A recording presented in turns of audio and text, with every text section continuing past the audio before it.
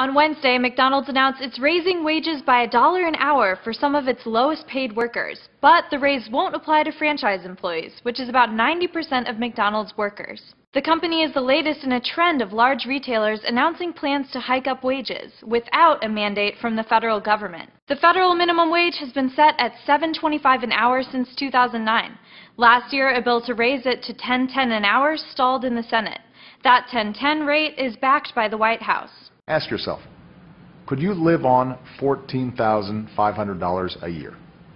That's what someone working full-time on the minimum wage makes. States have had more success mandating higher wages, with 29 states having raised their minimum wage higher than the federal level. And many cities have as well, including Seattle. With this vote, Seattle will become the first major city in the United States to win a $15 an hour minimum wage. On Wednesday, Seattle began a gradual process to raise its minimum wage to that $15 mark by 2017. Conservatives typically oppose minimum wage laws, saying wages should be set by the market, and high-profile companies raising their lowest wages as unemployment slips below 5.5% would seem to support that. Former Florida Governor Jeb Bush voiced that position during a campaign stop in South Carolina earlier this month. We need to leave it to the private sector. But those private sector changes are still much lower than the $15 an hour workers have been calling for during protests across the country. A worker at a McDonald's franchise told the Wall Street Journal, "They say they're raising wages, but this is nothing near a living wage. It's just smoke and mirrors."